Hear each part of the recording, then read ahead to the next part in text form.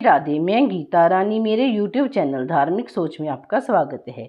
आइए आज हम राधा अष्टमी के बारे में जानते हैं। भाद्रपद मास के शुक्ल पक्ष की अष्टमी को राधा अष्टमी यानी राधा रानी जी के प्राकट्य दिवस के रूप में मनाया जाता है। द्वापर युग में इस पावन तिथि पर राधा रानी का जन्म हुआ था। पुरानी कथाओं में बताया गया है कि राधा जी का जन्म माता के गर्भ से नहीं बल्कि वृषभानु जी की तपोभूमि से प्रकट हुई थी। ब्रह्म वैवर्त पुराण में राधा जी के जन्म की जो कथा बताई गई है वह इस प्रकार है। राधा श्री कृष्ण जी के साथ गोलोक में निवास करती थी। एक बार देवी राधा गोलोक में नहीं थी। उस समय श्री कृष्ण अपनी एक सखी विरजा के साथ गोलोक में विहार कर रहे थे। राधा जी ये सुनकर क्रोधित हो गई और तुरंत श्री कृष्ण जी के पास पहुंची और उन्हें भला बुरा कहने लगी। ये देखकर कान्हा के मित्र श्री रामा को बहुत बुरा लगा और उन्होंने राधा को पृथ्वी पर जन्म लेने का शाप दे दिया। राधा को इस तरह क्रोधित देखकर गिरजा वहां से नदी रूप में चली गई। इस शाप के बाद राधा ने श्री धामा को राक्षस कुल में जन्म लेने को शाप दे दिया। देवी राधा के शाप के कारण ही श्री धामा ने शंखचूड़ राक्षस के रूप में जन्म लिया। वही राक्षस जो भगवान विष्णु का अत्यंत भक्त बना और देवी राधा ने वृषभानु की पुत्री के रूप में पृथ्वी पर जन्म लिया। लेकिन राधा वृषभानु जी की पत्नी देवी कीर्ति के गर्भ से जन्म नहीं लिया। जब श्री धामा और राधा ने एक दूसरे को शाप दिया तब श्री कृष्ण ने राधा से कहा कि आपको पृथ्वी पर देवी कीर्ति और वृषभानु जी की पुत्री के रूप में रहना है। वहाँ आपका विवाह रायन नामक एक वैश्य से होगा। रायन मेरा ही अंश अवतार होगा और पृथ्वी पर भी आप मेरी प्रिया बनकर रहेंगी। उस रूप में हमें विषोह का दर्द सहना होगा। अब आप पृथ्वी पर जन्म लेने की तैयारी करें। सांसारिक दृष्टि में देवी कीर्ति गर्भवती हुई और उन्हें प्रसव भी हुआ। लेकिन देवी कीर्ति के गर्भ से योग माया की प्रेरणा से वायु का प्रवेश हुआ और उन्होंने वायु को ही जन्म दिया। जब वे प्रसव पीड़ा से गुजर रही थी उसी समय वहां देवी राधा कन्या के रूप में प्रकट हो गई।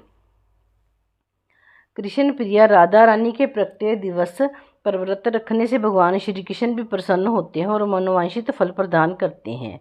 राधा नाम संसार के सभी दुखों को हरने वाला है। मान्यता के अनुसार इस व्रत को करने से धन की कमी नहीं होती और घर में बरकत बनी रहती है।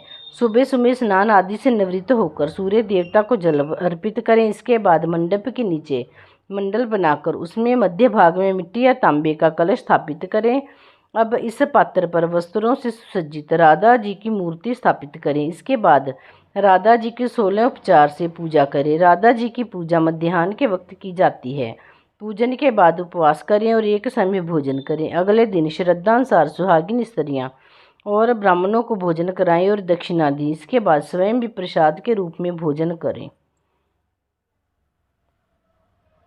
जन्माष्टमी से ठीक 15 दिन बाद यह व्रत राधाष्टमी का पर्व मनाया जाता है। मान्यता है कि राधाष्टमी के व्रत के बिना जन्माष्टमी का व्रत अधूरा माना जाता है। मान्यताओं के अनुसार जो भक्त राधाष्टमी के दिन व्रत रखता है और विधि पूर्वक भक्ति भाव से राधा कृष्ण की पूजा अर्चना करता है उसे जन्माष्टमी के व्रत का पूर्ण लाभ मिलता है। ऐसे में हम आपको बता दें कि राधाष्टमी के व्रत के दिन आप सिर्फ एक बार ही फलाहार कर सकते हैं और साथ ही यह व्रत निर्जला भी रखा जाता है।